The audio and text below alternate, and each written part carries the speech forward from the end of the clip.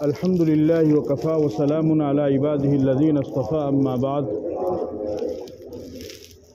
اعوذ باللہ من الشیطان الرجیم بسم اللہ الرحمن الرحیم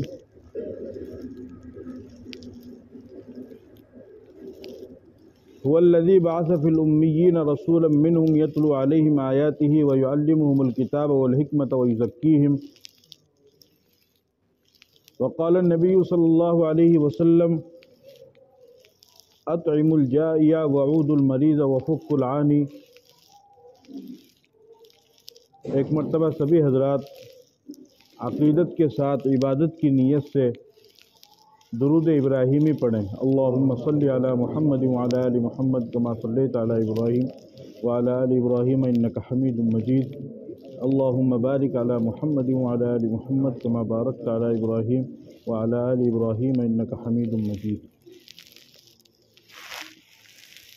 میرے محترم بزرگوں اور دوستو، میں آپ حضرات کے سامنے مختصر وقت میں کچھ باتیں عرض کرنا چاہتا ہوں۔ آپ حضرات ان باتوں کو غور سے سنیں، سمجھیں اور اس پر پھر عمل کرنے کی کوشش کریں۔ اللہ تعالیٰ نے انسانوں کی رشد و ہدایت کے لیے پہلے دن سے ہی انبیاء کرام علیہم السلام کا سلسلہ چلایا۔ اس کائنات کے سب سے پہلے انسان، وہ پہلے پیغمبر بھی ہیں، یعنی دنیا کے اندر اللہ نے جس پہلے انسان کو بھیجا اس پہلے انسان کو ہی اللہ نے پیغمبر بنا کر کے بھیجا، اور وہ ہیں میرے اور آپ کے دادا حضرت آدم علیہ السلام، جو ان پہلے انسان بھی ہیں اور پہلے پیغمبر بھی ہیں۔ اور شیطان جو ملعون قرار دیا گیا ہے، وہ اس آدم کی وجہ سے، یعنی آدمی کی وجہ سے قرار دیا گیا ہے۔ ہم سب کو آدمی کہا جاتا ہے۔ آدمی میں جو یا ہے، اس کو یا نسبتی کہتے ہیں۔ جس طریقے سے کہا جاتا ہے راجستھانی، یعنی راجستھان کا رہنے والا، اسی طریقے سے جیسے ملسی سری یعنی ملسیسر کا رہنے والا، اسی طریقے سے آدمی ہم کو کہا جاتا ہے، یعنی ہماری نسبت آدم علیہ السلام کی طرف ہے۔ شیطان تو حضرت آدم علیہ السلام کی پیدائش سے بھی ہزاروں سال پہلے سے ہے۔ آدم علیہ السلام کی پیدائش ابھی ہوئی ہے، اللہ نے ان کو علم دیا ہے۔ اس علم کی وجہ سے اللہ نے آدم علیہ السلام کو اور دیگر انسانوں کو فرشتوں پر فضیلت دی ہے۔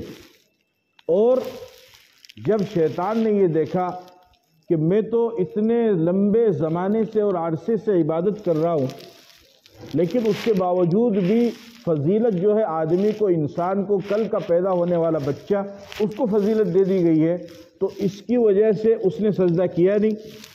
سجدہ جب اس نے نہیں کیا تو اللہ رب العزت نے اس کو اپنے دربار سے نکال دیا، اور قیامت تک کے لیے وہ کیا ہو گیا؟ اعوذ باللہ من الشیطان الرجیم، مردود ہو گیا۔ یعنی میں اللہ کی پناہ مانگتا ہوں شیطان مردود سے۔ اب شیطان نے آدم علیہ السلام سے دشمنی کی، اور قیامت تک جتنی بھی نسل انسانی آئے گی ان تمام سے وہ دشمنی کرے گا۔ اور اس کی دشمنی کیا ہے؟ کیا وہ مال کو نقصان پہنچائے گا؟ کیا وہ آپ کے کھیت کو، کاروبار کو نقصان پہنچائے گا؟ نہیں۔ شیطان کو جو جتنا بڑا ڈاکو اور جتنا بڑا چور ہوتا ہے، وہ سامنے والے کی اتنی ہی بڑی قیمتی چیز کے اوپر اٹیک کرتا ہے، حملہ کرتا ہے، اور اس کو وہ لوٹنے کی کوشش کرتا ہے۔ شیطان کو معلوم ہے کہ یہ جو دنیاوی دولت ہے، مال و دولت ہے، یہ تمام کی تمام تو معمولی چیزیں ہیں۔ اس کو معلوم ہے کہ انسان کے پاس جو سب سے بڑی دولت ہے وہ ایمان کی دولت ہے، لہذا شیطان انسان کے مال و دولت کو نہیں بلکہ اس کے ایمان پر حملہ کرنے کی کوشش کرتا ہے۔ اور وہ اس کی کوشش کب سے کرتا ہے؟ جب انسان بوڑھا ہو جاتا ہے تب کرتا ہے؟ نہیں۔ انسان جوان ہوتا ہے تب کرتا ہے؟ نہیں۔ انسان پیدا ہوتا ہے، بچہ ہوتا ہے تب کرتا ہے؟ نہیں، بلکہ وہ اس کو گمراہ کرنے کی کوشش اور اس کو پریشان کرنے کی کوشش وہ جب یہ انسان ماں کے پیٹ میں ہوتا ہے اسی وقت سے کرتا ہے، اسی وقت سے کرتا ہے۔ چنانچہ حدیث پاک کے اندر آتا ہے، نبی پاک صلی اللہ علیہ وسلم نے ارشاد فرمایا کہ جب میاں بیوی آپس میں صحبت کرتے ہیں اور شوہر دعا پڑھے اللہم جنبنا الشیطان وجنب الشیطان مما رزقتنا، کہ جب شوہر یہ دعا پڑھ لے تو اب اس کے بعد میں اللہ پاک اس کو جب اولاد عطا فرمائیں گے تو شیطان اس اولاد کو کوئی نقصان نہیں پہنچا سکتا ہے۔ تو اس وقت سے شیطان کوشش کرتا ہے، اور حدیث پاک کے اندر یہاں تک آتا ہے کہ جب بچہ پیدا ہو جاتا ہے تو شیطان اس کو دھچکے مارتا ہے اور اس کو بچے کو رلاتا ہے۔ تو شیطان کی دشمنی انسان سے شروع سے ہے، اور کب تک رہے گی؟ اللہ نے اس کو مہلت دی ہے قیامت تک، تو قیامت تک اس کی دشمنی رہے گی۔ پھر جوانی میں بہکاتا ہے، پھر اسی طریقے سے بڑھاپے میں بہکاتا ہے، اس طریقے سے وہ گمراہ کرتا رہتا ہے۔ اور آپ جانتے ہیں کہ دنیا میں انسان کے اوپر حالات آتے ہیں، مشکل حالات میں بھی آتے ہیں، تو مشکل حالات میں وہ انسان کو نا امید بنا کر کے وہ اللہ سے دور کرتا ہے۔ حضرت جی مولانا الیاس صاحب رحمۃ اللہ علیہ فرمایا کرتے تھے کہ جس طریقے سے شیطان انسان کو گناہوں میں ڈال کر کے نا امید کرتا ہے، اسی طریقے سے شیطان انسان کو نا امید بنا کر کے اللہ سے دور کرتا ہے، اس لیے کہ شیطان خود بھی نا امید ہے۔ جبکہ انسان کو اللہ کا حکم یہ ہے یا عبادی الذین اسرفوا علی انفسہم لا تقنطوا من رحمت اللہ، کہ اے میرے بندو تم کبھی بھی اللہ کی رحمت سے مایوس مت ہو۔ لیکن وہ مایوس کرتا ہے، وہ نا امید کرتا ہے، اور اس طریقے سے بڑھاپے تک، بلکہ اس کی موت کے قریب بھی شیطان آتا ہے اور اس کے ایمان کو چھیننے کی کوشش کرتا ہے۔ امام احمد بن حنبل رحمۃ اللہ علیہ جو اتنے بڑے عالم دین گزرے ہیں اور چوتھے نمبر کے جلیل القدر امام ہیں، ان کا مسلک حنبلی مسلک سعودیہ جیسے شہر میں چلتا ہے، وہاں کے عرب ممالک میں ان کا مسلک چلتا ہے۔ جب امام احمد بن حنبل رحمۃ اللہ علیہ کا وفات کا وقت قریب آیا اور لوگ کلمے کی تلقین کر رہے تھے تو فرماتے تھے لا، پھر ادھر منہ کرے پھر کہنے لگے لا۔ لوگوں نے جب تم کو ہوش آیا، لوگوں نے کہا کہ حضرت ہم آپ کو کلمے کی تلقین کر رہے ہیں اور آپ لا لا فرما رہے ہیں، تو انہوں نے فرمایا کہ نہیں، میں تمہیں کلمے سے منع نہیں کر رہا تھا، بلکہ شیطان اس وقت اپنی پوری فوج کو لے کر کے میرے پاس آیا تھا اور وہ یہ کہہ رہا تھا کہ احمد تو میرے چنگل سے نکل گیا اور تو کلمے اور ایمان کے ساتھ دنیا سے جا رہا ہے۔ تو میں اس کو جواب دے رہا تھا کہ نہیں کم بخت مردود، میں ابھی بھی تیرے چنگل سے نہیں نکلا ہوں۔ اب وہ مایوس ہو کر کے میرے پاس سے بھاگ گیا ہے اور لوگوں نے کلمہ پڑھایا، انہوں نے کلمہ پڑھا اور دنیا سے چلے گئے۔ تو موت کے وقت بھی وہ کوشش کرتا ہے۔ تو اللہ رب العزت نے پہلے دن سے ہی آدم علیہ السلام سے سلسلہ چلایا انسانوں کی رشد و ہدایت کے لیے، تو کائنات کے جو پہلے انسان ہیں وہ پہلے نبی بھی ہیں۔ لیکن حضرت آدم علیہ السلام کے زمانے میں احکام نہیں تھے۔ احکام اس لیے نہیں تھے کہ جتنے بھی لوگ آئے سب کے سب توحیدی تھے، سب اللہ کو ماننے والے تھے۔ تو اللہ تعالیٰ نے آدم علیہ السلام کو کاشتکاری سکھائی، کیونکہ آنے والی نسل تمہاری ہوگی تو تمہیں کھیتی کیسے کرنی ہے، تمہیں کاشتکاری کیسے کرنی ہے، تمہیں دوسرے کام کس طریقے سے کرنے ہیں، بس یہ۔ پھر جب حضرت نوح علیہ السلام کا زمانہ آیا تو نوح علیہ السلام کے زمانے میں بت پرستی شروع ہوئی اور 5 بت تیار ہوئے، ود، سوا، یغوث، یعوق اور نصر۔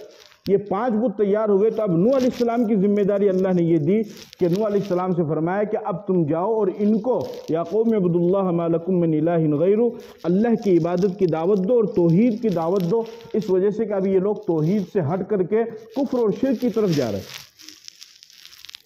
موسیٰ علیہ السلام کا زمانہ آیا تو موسیٰ علیہ السلام کے زمانے میں فرعون ظالم بادشاہ تھا، اللہ نے اس کی طرف اس کو بھیجا، موسیٰ علیہ السلام کو بھیجا، ان کے بھائی ہارون علیہ السلام کو بھیجا۔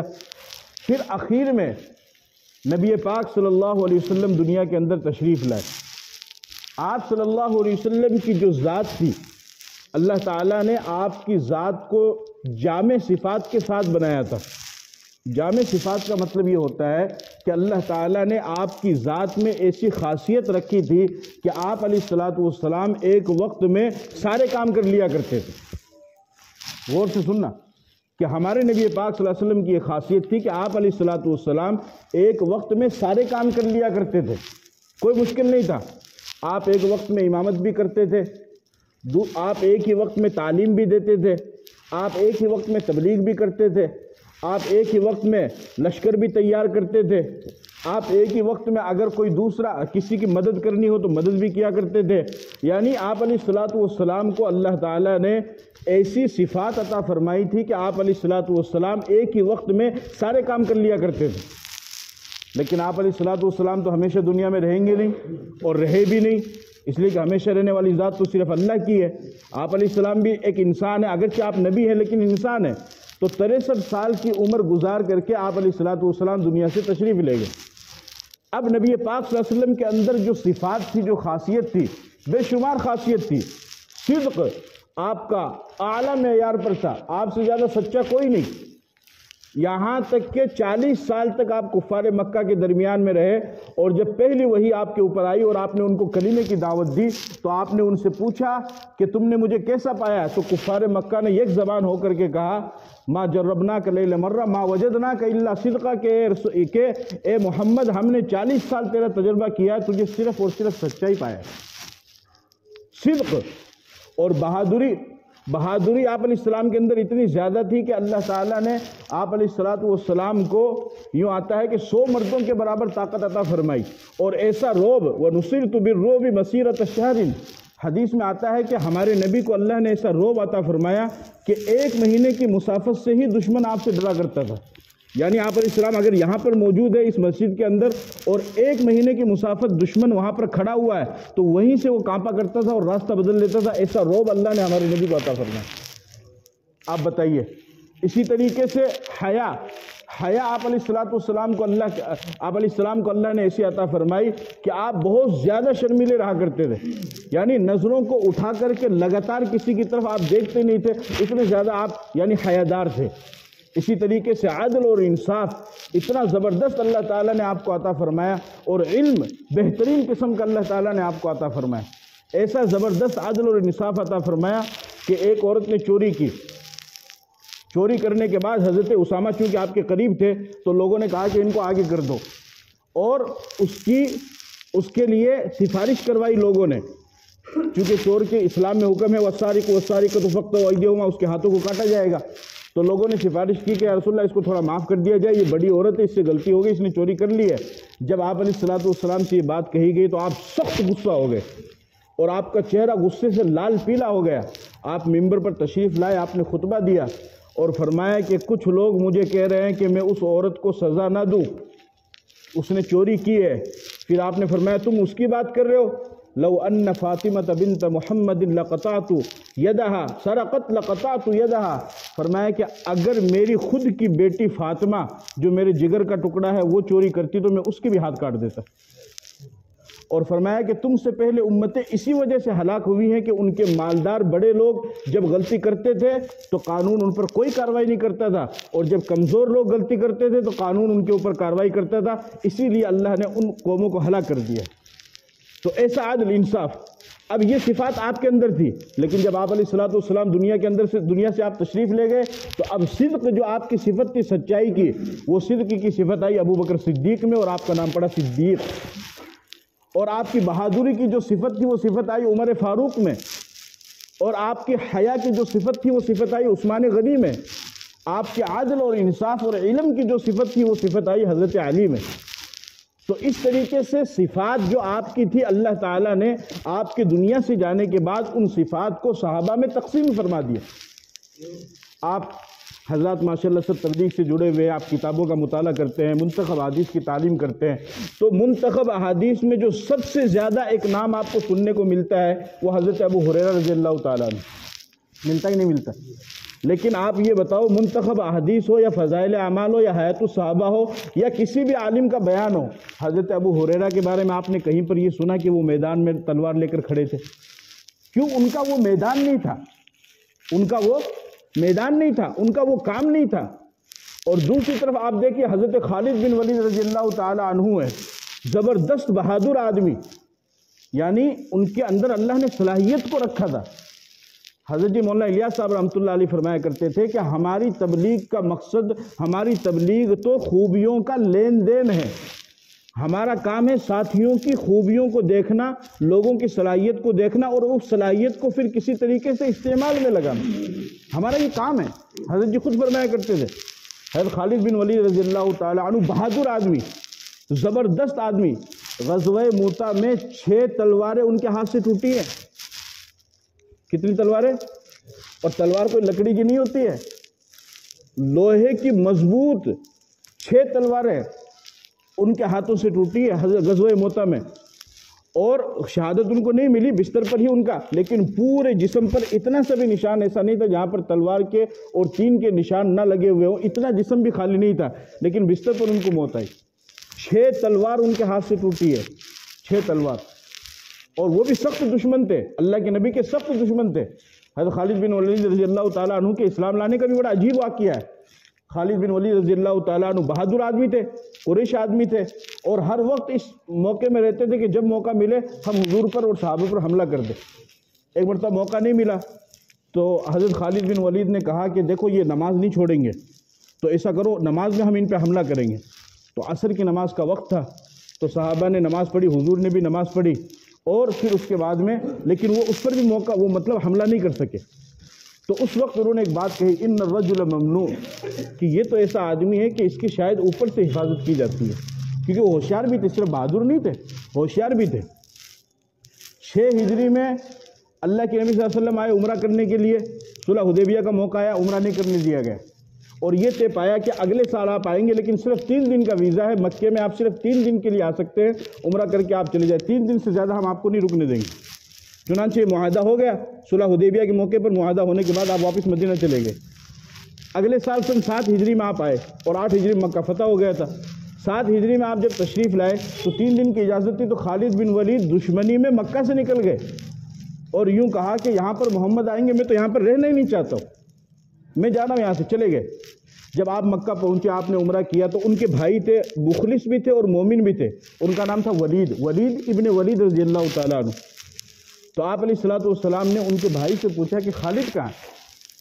تو وہ بھی ہوشیار تھے، تو بڑوں کو یہ جواب نہیں دیا جاتا کہ آپ کی وجہ سے یہ مصیبت آ گئی ہے، نہیں، انہوں نے یہ نہیں کہا کہ آپ کی وجہ سے چلے گئے، انہوں نے فرمایا کہ یا رسول اللہ وہ خالد کہیں چلا گیا ہے، یاتی بہ اللہ، لیکن اللہ اس کو لے آئے گا، اللہ اس کو لے آئے گا۔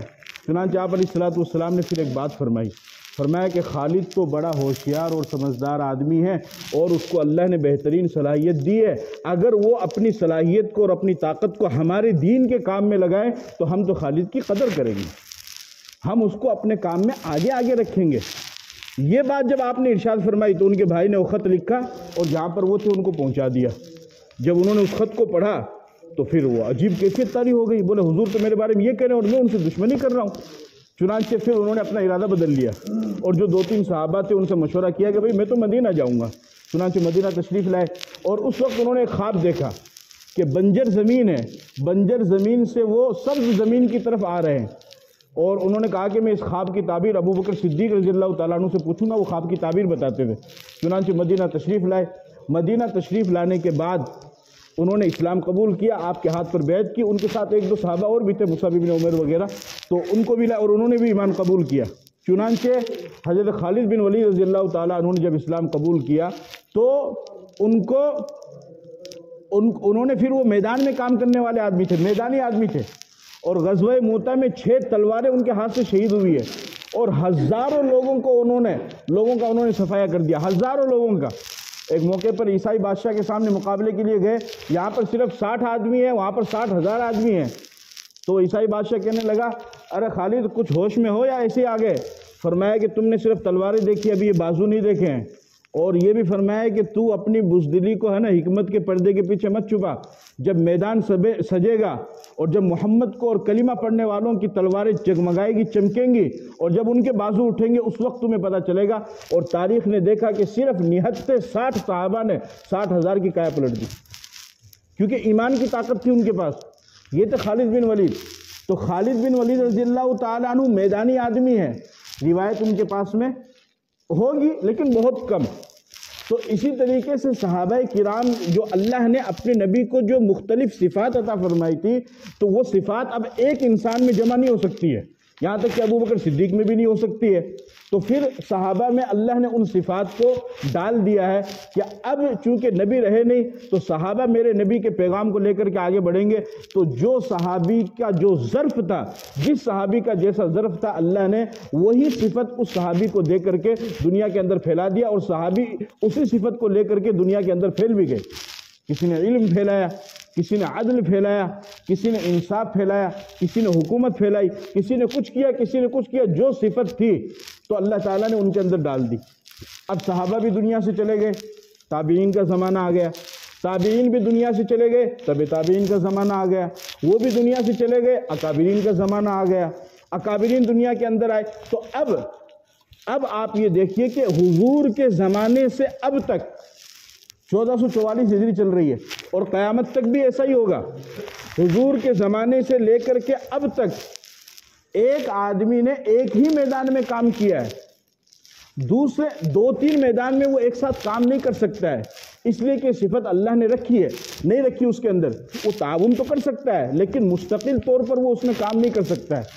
چنانچہ اب دیکھیے میں آپ کو بتاؤں، ہم لوگ نماز پڑھتے ہیں، حنفی مسلک کے مطابق پڑھتے ہیں، 4 رکعت نماز ہے۔ اب سلام پھیرنے سے لے کر کے تکبیر تحریمہ کہنے سے لے کر کے سلام پھیرنے تک صرف 2 رکعت نماز میں آپ کو پتہ کتنی سنتیں؟ 51 سنتیں۔ کتنی سنت؟ 51 سنت۔ حالانکہ ہے کچھ بھی نہیں، کھڑا ہوا، رکوع کیا، سجدہ کیا اور تشہد پڑھا، یہ ہوگی 2 رکعت، اتنا ہی تو ہے نا۔ لیکن وہاں سے لے کر کے سلام پھیرنے تک 51 سنتیں ہیں۔ یہ ساری 51 کی 51 سنتیں جمع کر کے کس نے دی؟ امام ابو حنیفہ نے۔ امام بخاری نے نہیں دی، اور امام بخاری کیونکہ یہ فقہ کے میدان کے امام تھے، امام بخاری رحمۃ اللہ علیہ حدیث کے میدان کے امام تھے۔ اب اگر امام بخاری کو آپ جا کر کے کوئی مسئلہ پوچھو تو وہ مسئلہ نہیں بتائیں گے، اس لیے کہ ان کا کام تو حدیث کو جمع کرنا ہے۔ ان کا کام کیا؟ حدیث کو جمع کرنا ہے۔ چنانچہ انہوں نے حدیث کو جمع کیا ہے، انہوں نے حدیث کو جمع کیا ہے۔ اور تو ہر میدان میں کام کرنے والے الگ ہوتے ہیں، اور وہ اس میدان میں کام کرتے ہیں۔ نبی پاک صلی اللہ علیہ وسلم کو اللہ نے یہ خاصیت عطا فرمائی کہ آپ کی جو شخصیت تھی، آپ کی جو ذات تھی، اس میں اللہ نے تمام صفات کو جمع کر دیا۔ لیکن بعد میں کوئی ایسی شخصیت نہیں ہے کہ جس کے اندر یہ تمام کی تمام صفات جمع ہو جائے، تو اب اللہ تعالیٰ نے اس کام کو تقسیم کر دیا۔ لہٰذا اب نبی کا جو وارث ہے وہ وارث کون ہے؟ علماء۔ نبی کے وارث کون ہے؟ حدیث میں آپ نے فرمایا العلماء ورثۃ الانبیاء، علماء یہ انبیاء کے وارث ہیں۔ علماء کس کے وارث ہیں؟ انبیاء کے وارث ہیں۔ لہذا نبی کا جو جو کام تھا ان سارے کاموں کو لے کر کے چلنا علماء کی ذمہ داری ہے، صرف ایک کام کو نہیں۔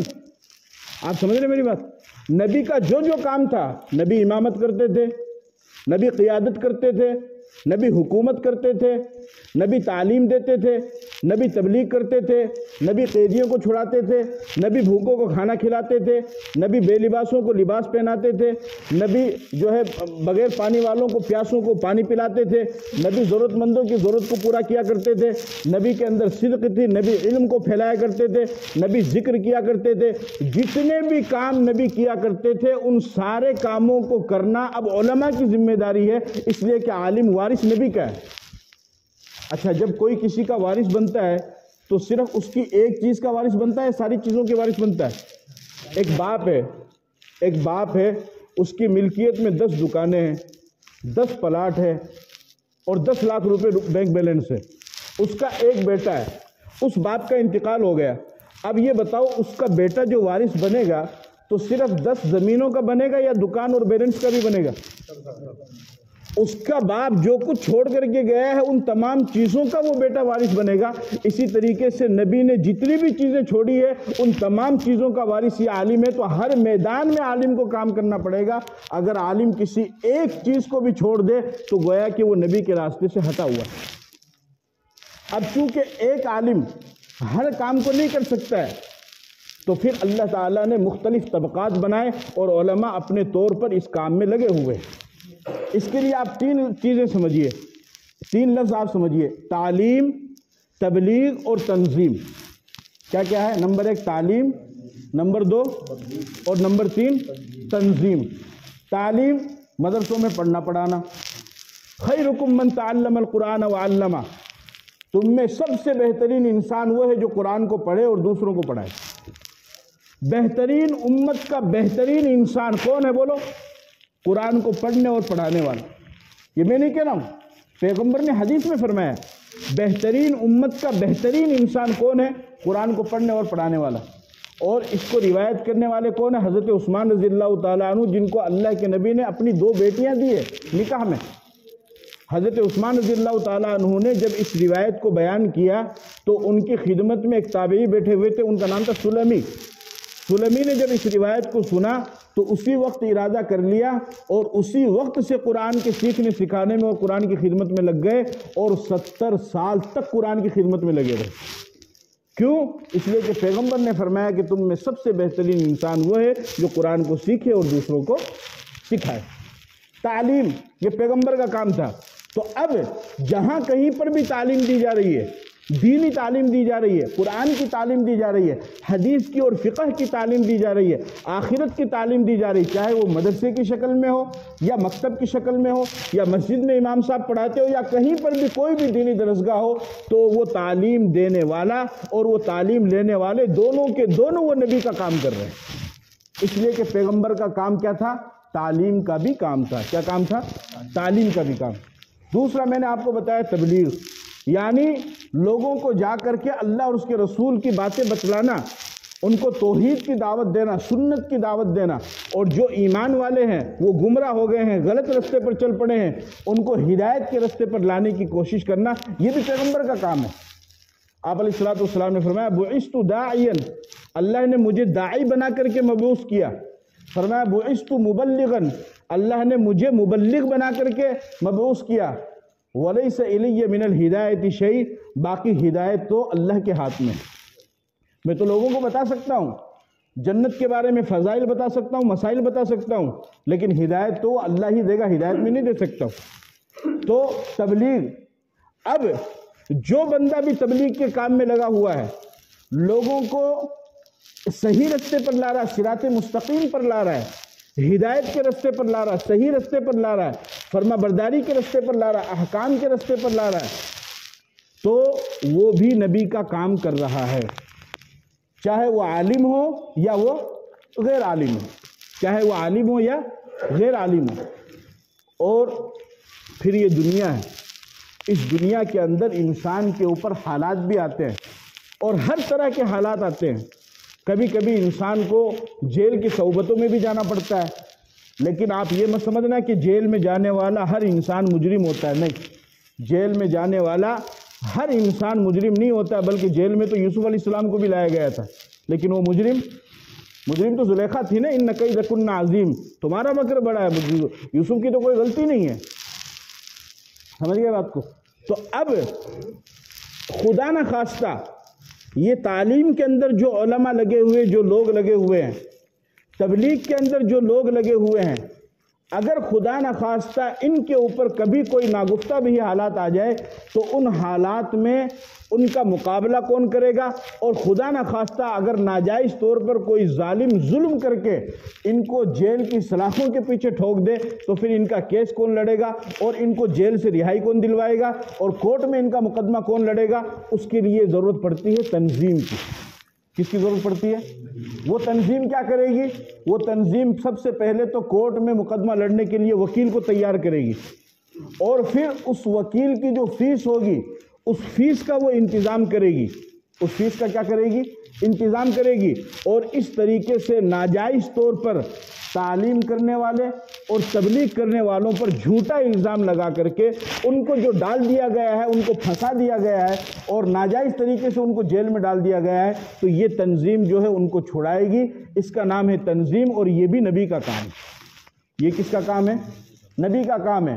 حدیث پاک کے اندر آتا ہے، آپ صلی اللہ علیہ وسلم نے ارشاد فرمایا، اور آپ قرآن کریم کو دیکھیے، فک رقبہ، جگہ جگہ پر اللہ نے ارشاد فرمایا گردن کو چھڑاؤ، گردن کو چھڑاؤ، گردن کو آزاد کراؤ۔ گردن کو آزاد کرانے کا کیا مطلب ہے؟ یعنی ناجائز تو یعنی غلاموں کو آزاد کرانا، جو غلام ہو گئے ہیں، جن کو لوگوں نے غلام بنا لیا ہے، ان کو آزاد کراؤ، یا اسی طریقے سے اگر کوئی بیچارہ قید میں چلا گیا ہے تو اس کو قیدی سے آزادی دلاؤ، یہ بھی نبی کا کام۔ حدیث پاک کے اندر آپ علیہ الصلوۃ والسلام نے ارشاد فرمایا کہ آپ نے فرمایا اطعموا الجائع، بھوکوں کو کھانا کھلاؤ، وعودوا المریض، اور بیمار کی عیادت کرو، بیمار کی عیادت کرو۔ حضرت جی مولانا ابراہیم صاحب دیولہ دامت برکاتہم فرماتے ہیں کہ بیمار کی دعا اللہ اس طریقے سے قبول کرتا ہے جس طریقے سے فرشتے کی دعا قبول کرتا ہے۔ اس کی عیادت کرو، اور بیمار کی عیادت کرنا سنت۔ فرمایا کہ جو انسان صبح کے وقت میں کسی بیمار کی عیادت کرے گا تو شام تک 70,000 فرشتے اس کے لیے دعا کریں گے. شام کو اگر عیادت کرے گا تو اگلے دن کی صبح تک 70,000 فرشتے اس کے لیے دعا کریں گے. تو آپ نے فرمایا کہ عود المریض، مریض کی عیادت کرو. اور تیسرا آپ نے فرمایا وفک العانی، قیدیوں کو چھڑاؤ. اگر کسی پر ظلم ہو رہا ہے، کسی کو ناجائز طور پر اگر پکڑ لیا گیا ہے تو ان قیدیوں کو چھڑانا یہ بھی نبی کی ذمہ داری ہے اور نبی کے واسطے سے پھر علماء کی ذمہ داری ہے. اب آپ دیکھیے 3 چیزیں ہیں. نمبر 1 تعلیم، نمبر 2 بولو تھوڑا تھے بھی بولو تو میں اکلا ہی بولوں، تبلیغ، اور نمبر تیسرا کیا ہے؟ تنظیم. تعلیم یہ مدرسے میں چل رہا ہے، مکتب میں چل رہا ہے. تبلیغ یہ یہاں پر چل رہی ہے. جو جتنی بھی شکلیں ہیں، جو جس طریقے سے بھی دعوت دے رہے ہیں، وہ سب تبلیغ کا کام ہے. اور تیسرا اگر ان کے اوپر کوئی خدا نخواستہ کوئی مصیبت آ جائے تو پھر اس مصیبت کو ختم کرنے کے لیے ہمارے وطن عزیز ہندوستان میں ایک جماعت ہے. اس جماعت کا نام ہے جمعیت علماء ہند، جو اس آنے والی مصیبت کو دور کرتی ہے اور کسی کو اگر ناجائز پکڑ لیا جائے تو اس کو چھڑاتی ہے. یہ تنظیم ہے اور یہ بھی دین کا کام ہے. یہ بھی کیا ہے؟ اس کو دنیا کا کام نہ سمجھو. اور جمعیت علماء ہند کے جو بانی ہیں، جمعیت علماء ہند، اس کا مطلب کیا ہے؟ ہندوستان کے علماء کی جماعت. جمعیت علماء ہند کا مطلب ہے ہندوستان کے علماء کی جماعت. اس کے جو بانی ہیں وہ ابتدا میں تو دوسرے تھے، مفتی کفایت اللہ وغیرہ، لیکن مالٹا کی جیل سے تشریف لانے کے بعد جمعیت علماء ہند کے بانی اور صدر جو بنائے گئے وہ شیخ الہند مولانا محمود الحسن دیوبندی رحمۃ اللہ علیہ کو بنایا گیا. اور آپ جانتے ہیں شیخ الہند مولانا محمود الحسن دیوبندی کون ہے؟ آپ نہیں جانتے. شیخ الہند مولانا محمود الحسن دیوبندی رحمۃ اللہ علیہ وہ شخصیت ہے کہ ہماری یہ جو تبلیغی جماعت ہے اس کے جو بانی ہیں ہمارے سب سے پہلے حضرت جی مولانا الیاس صاحب رحمۃ اللہ علیہ، وہ بھی مولانا محمود الحسن کے پاس پڑھے ہوئے ہیں، وہ ان کے شاگرد ہیں. حضرت جی مولانا الیاس صاحب رحمۃ اللہ علیہ کس کے شاگرد ہیں؟ مولانا محمود الحسن صاحب کے. یاد کرو اس کو بھی، یہ بھی ہمارے اکابر بزرگ ہیں، بھولنا نہیں ہے. جو قوم اپنے بزرگوں کی تاریخ کو بھول جاتی ہے وہ قوم مٹ جاتی ہے، کیونکہ ان کو اپنے آباء و اجداد کی تاریخ معلوم نہیں ہے. ہمیں اپنی برادری کی تاریخ تو معلوم ہے. نیل گڑھ کو بٹھا دو پوری کہانی سناؤ گا، کھتری نے بٹھا دو وہ آپ کی پوری کہانی سناؤ گا، کھوکر نے بٹھا دو، منیار نے بٹھا دو وہ آپ کی پوری قوالی سناؤ گا. لیکن کوئی بزرگا کی تاریخ پوچھ لو، اللہ رسول کی بات پوچھ لو، یہ تو مان میرا کوئی نہیں. بس ایک ہی بات، میرا اللہ سب سے بڑا ہے. اس سے کیا ہوگا؟ اس سے تو کچھ بھی کو نہیں ہوگا. آپ اندازہ لگائیے کہ تبلیغی جماعت کے بانی مولانا الیاس ہے اور جمعیت علماء ہند کے بانی ان کے استاد مولانا محمود الحسن رحمۃ اللہ علیہ. انہوں نے شروع کیا. جمعیت علماء ہند کیا کام کرتی ہے میرے نوجوانوں؟ اس کو آپ سمجھو، اس کو سمجھو. جمعیت علماء ہند پورے ملک کے اندر کہیں پر کسی بھی طرح کا کوئی فرقہ وارانہ فساد ہوتا ہے، اس فساد کے اندر کسی کے اوپر حالات آتے ہیں، مصیبتیں آتی ہیں، تکلیف آتی ہے، تو جمعیت علماء ہند اس کام کو کرتی ہے. اور یہ ایسا کام ہے، تھوڑی سی اجازت ہے تھوڑی گفتگو کرنے کی یا وقت ہو رہا ہے؟ یہ ایسا کام ہے کہ یہ کام نبوت ملنے کے بعد تو آپ نے کیا ہی، لیکن نبوت ملنے سے پہلے ہی یہ کام آپ نے کیا تھا. اور یہ ایسا کام ہے کہ جب ہمارے نبی پاک صلی اللہ علیہ وسلم کے اوپر وحی آئی، پہلی وحی، آپ غار حرا میں تھے، فرشتہ آیا، آپ کو بھیچا، آپ کو کہا اقرا، آپ نے فرمایا ما انا بقاری، میں تو پڑھا ہوا نہیں ہوں، میں کیسے پڑھوں؟ اس نے پھر بھیچا، فاخذنی فغطنی حتی بلغ منی الجوز، پھر دوبارہ بھیچا، پھر آپ کو تکلیف ہوئی، پھر چھوڑ دیا، پھر کہا پڑھو. تیسری مرتبہ اس نے کہا اقرا بسم ربک الذی خلق، خلق الانسان من علق. یہ 5 آیتیں نازل ہوئی اور یہ پہلی وحی تھی آپ کے اوپر. جب آپ غار حرا سے واپس گھر تشریف لائے تو آپ کی حالت کیا تھی معلوم؟ یرجف فؤادہ، آپ کا دل کانپ رہا تھا، آپ کا پورا بدن کانپ رہا تھا. اور گھر پہ آتے ہی آپ نے فرمایا زملونی زملونی، مجھے چادر اڑاؤ. جب آدمی انسان کانپتا ہے تو اس کو سردی لگتی ہے، تو آپ نے فرمایا مجھے چادر اڑاؤ. تو حضرت خدیجہ رضی اللہ تعالی عنہا نے، جو آپ کی بیوی تھی، انہوں نے آپ کو چادر اڑایا. اور آپ علیہ الصلوۃ والسلام نے فرمایا لقد خشیت علی نفسی، کہ خدیجہ مجھے اپنی جان کا خطرہ ہے، میں شاید اب نہیں بچ پاؤں گا. تو کیا ہوا؟ تو اس طریقے سے فرشتہ آیا تھا اور اس نے اس طریقے سے مجھے بھینچا، مجھے دبایا اور مجھے پڑھنے کے لیے کہا، میں اب نہیں بچ پاؤں گا. تو حضرت خدیجہ نے ایک بات ارشاد فرمائی، اور وہ بات ایسی تھی، آپ نے، حضرت خدیجہ نے فرمایا کہ آپ تو ایسا کام کرتے ہیں کہ جو انسان بھی ان کاموں کو کرے گا وہ آخرت میں تو ذلیل نہیں ہوگا، دنیا میں بھی ذلیل نہیں ہوگا. اور اس سے عجیب بات یہ کہ حضرت خدیجہ نے جتنی باتیں بیان فرمائی آپ کی، اس میں نماز ہے ہی نہیں، روزہ نہیں ہے، زکوٰۃ نہیں ہے، حج نہیں ہے، قرآن کی تلاوت نہیں، ذکر نہیں، تسبیح نہیں ہے، وظائف نہیں، کچھ حج عمرہ کچھ بھی نہیں ہے۔ اور پھر بھی حضرت خدیجہ کیا فرما رہی ہیں کہ یا رسول اللہ آپ تو ایسا کام کرتے ہیں کہ ایسا کام جو بھی کرے گا وہ کبھی بھی دنیا میں ذلیل نہیں ہوگا۔ کلا واللہ ما یخزیک اللہ ابدا، اللہ آپ کو کبھی بھی رسوا نہیں کرے گا۔ کون سا کام ہے؟ کون سا کام ہے؟ یہ نبوت سے پہلے کی بات ہے۔ اب آپ دیکھیے، اچھا اس سے بڑی عجیب بات، جتنی باتیں حضرت خدیجہ نے حضور کے بارے میں ارشاد فرمائی، اللہ کا شکر ہے وہ ساری کی ساری باتیں اور وہ سارے کے سارے کام جمعیت علماء ہند کرتی ہے، وہ سارے کام کرتی ہے۔ فرمایا کہ آپ تو ایسا کام کرتے ہیں کہ جو بھی کرے گا وہ کبھی بھی ناکام نہیں ہوگا، تو اللہ آپ کو بھی رسوا نہیں کرے گا، آپ کو گھبرانے کی ضرورت نہیں ہے۔ ایک نئی چیز نظر آئی ہے، نیا چہرہ نظر آیا فرشتہ، وہ ایک الگ چیز ہے۔ وہ کام کیا تھے؟ بخاری کی روایت ہے، کوئی معمولی چیز نہیں ہے۔ کیا فرمایا؟ انک لتصل الرحیم وتحمل الکل وتکسب المعدوم وتقری الضیف وتعین علی نوائب الحق، کہ یا رسول اللہ آپ تو کمزوروں کا سہارا بنتے ہیں، آپ بیواؤں کی، یتیموں کی، مسکینوں کی مدد کرتے ہیں، آپ مہمانوں کی مہمان نوازی کرتے ہیں۔ اگر کسی کے اوپر خدا کی طرف سے کوئی آفت آ جائے، مصیبت آ جائے، فساد ہو جائے، یا کہیں پر جو سیلاب آ جائے، اس میں جو لوگ تباہ و برباد ہو جاتے ہیں، ان کے کاروبار برباد ہو جاتے ہیں، ان کے مکان تباہ و برباد ہو جاتے ہیں، آپ ان سیلاب زدگان کی مدد کرتے ہیں، آپ ان لوگوں کا تعاون کرتے ہیں۔ اور یا رسول اللہ جو انسان بھی ان کام کو کرے گا اللہ اسے کبھی بھی رسوا نہیں کرے گا، آپ کو بھی رسوا نہیں کرے گا۔ جمعیت علماء ہند بھی یہی کام کرتی ہے کہ جب کوئی بے سہارا ہوتا ہے تو اس کا سہارا جمعیت علماء ہند بنتی ہے۔ کسی کمزور کا سہارا بننا ہے، کسی مظلوم کا سہارا بننا ہے، کس کو ناجائز مقدمہ لگا کر کے کسی کو جیل کے اندر ڈال دیا گیا تو اس کو جیل سے آزادی دلانا، اس کو قیدی سے آزادی دلانا، اور کہیں پر کوئی سیلاب آ گیا یا فساد ہو گیا تو ان جگہوں پر جانا اور ان لوگوں کی مدد کرنا، ان کو مکان بنا کر کے دینا، یہ سارا کا سارا کام جمعیت علماء ہند کرتی ہے۔ حضرت خدیجہ نے فرمایا کہ یا رسول اللہ جو بھی اس کام کو کرے گا اللہ اس کو کبھی بھی رسوا نہیں کرے گا، لہذا جمعیت کے کام کو بھی جو کرے گا اللہ اسے بھی رسوا نہیں کرے گا۔ اور یہ بھی دین کا کام ہے، یہ مت سمجھنا کہ دنیا کا کام ہے، یہ بھی دین کا کام ہے۔ بلکہ حضرت مولانا سید محمود اسد مدنی صاحب دامت برکاتہم نے ایک موقع پر فرمایا کہ جو انسان جمعیت کے کام کو دین کا کام نہ سمجھے وہ جمعیت کے کام کو کرنا ہی چھوڑ دے۔ اگر تم جمعیت کے کام کو دین کا کام نہیں سمجھتے ہو تو تم جمعیت کا کام کرنا ہی چھوڑ دو۔ جمعیت کا کام اسی وقت کرو جب تمہارے دل کے اندر یہ بات ہو کہ یہ بھی دین کا کام ہے۔ یہ بھی کس کا کام ہے؟ یہ بھی دین کا کام ہے۔ تو ایک تو تعلیم، اس کے لیے مدرسے ہیں، دوسرا تبلیغ، اس کے لیے جماعت کی شکلوں میں ہے، اور تیسرا تنظیم، کہ خدا نخواستہ ان کے اوپر کوئی حالات آ جائے تو اس وقت ان کا ساتھ کون دے گا، ان کا سہارا کون بنے گا، اور ان کا کیس کون لڑے گا، تو اس کے لیے ایک تنظیم اللہ نے نعمت کے طور پر ہمیں عطا فرمائی ہے، اور وہ اس تنظیم کا نام ہے جمعیت علماء ہند۔ اور اگر آپ اس کے بارے میں مزید تفصیلات جاننا چاہتے ہیں تو اردو میں بھی کتابیں ہیں، ہندی میں بھی کتابیں ہیں، ہمیں ان تمام چیزوں کو سمجھنا اور سیکھنا ہے۔ ایک عام طور سے لوگوں کا ذہن یہ بنا ہوا کہ جمعیت علماء ہند سیاسی پارٹی، راجنیتک پارٹی ہے، یہ بالکل غلط ذہن۔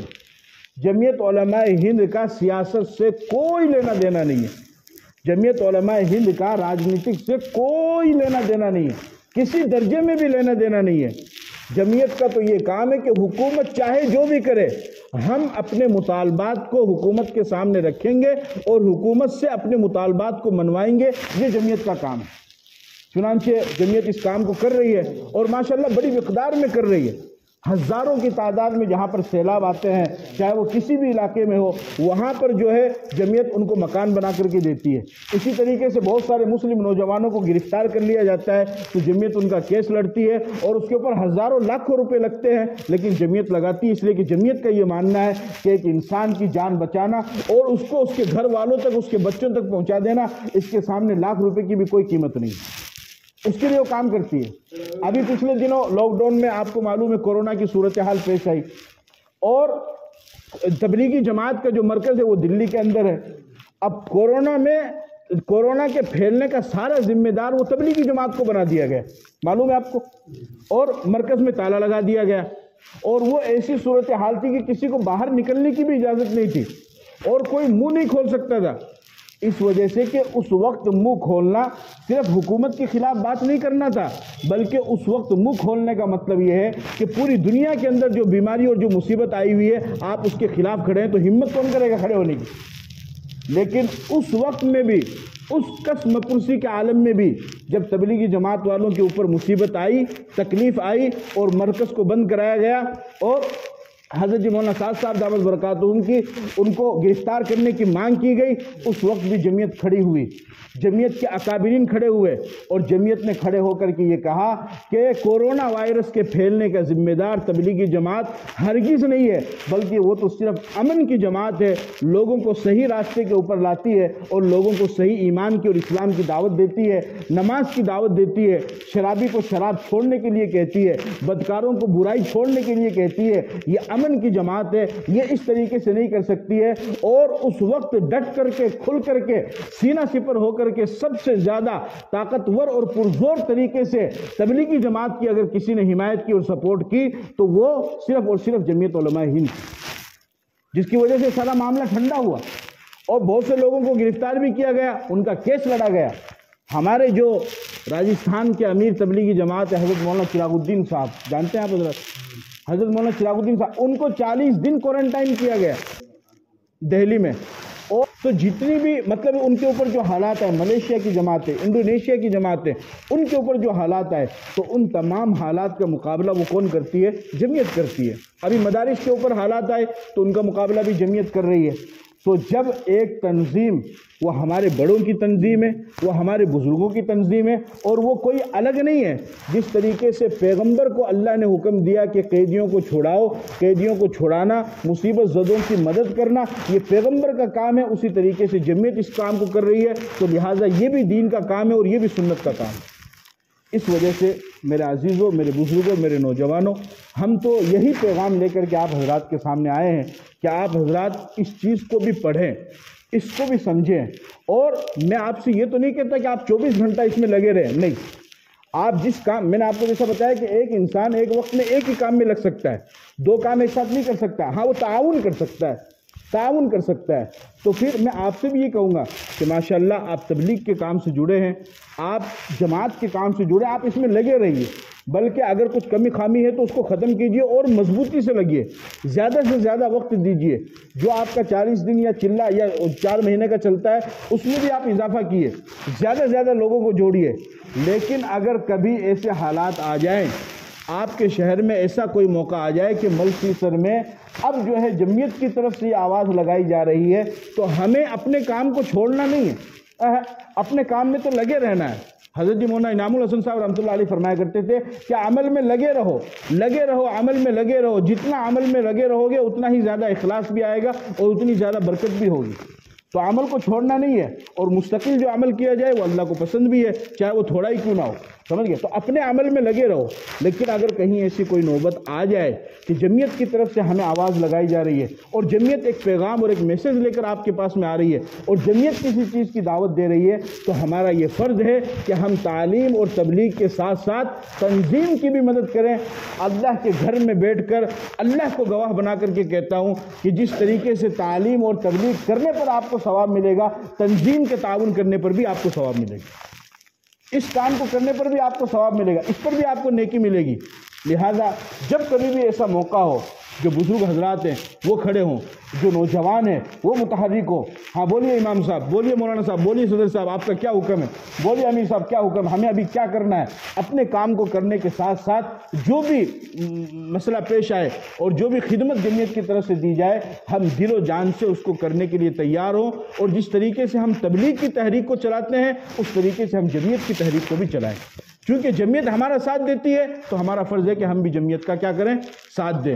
تو ابھی آپ کو پتہ ہے کہ فروری کے مہینے میں 22، 23 اور 24 کو تو اپنا سلطانہ کا اجتماع ہے، دھنوڑی والا تو ماشاءاللہ ہو ہی گیا.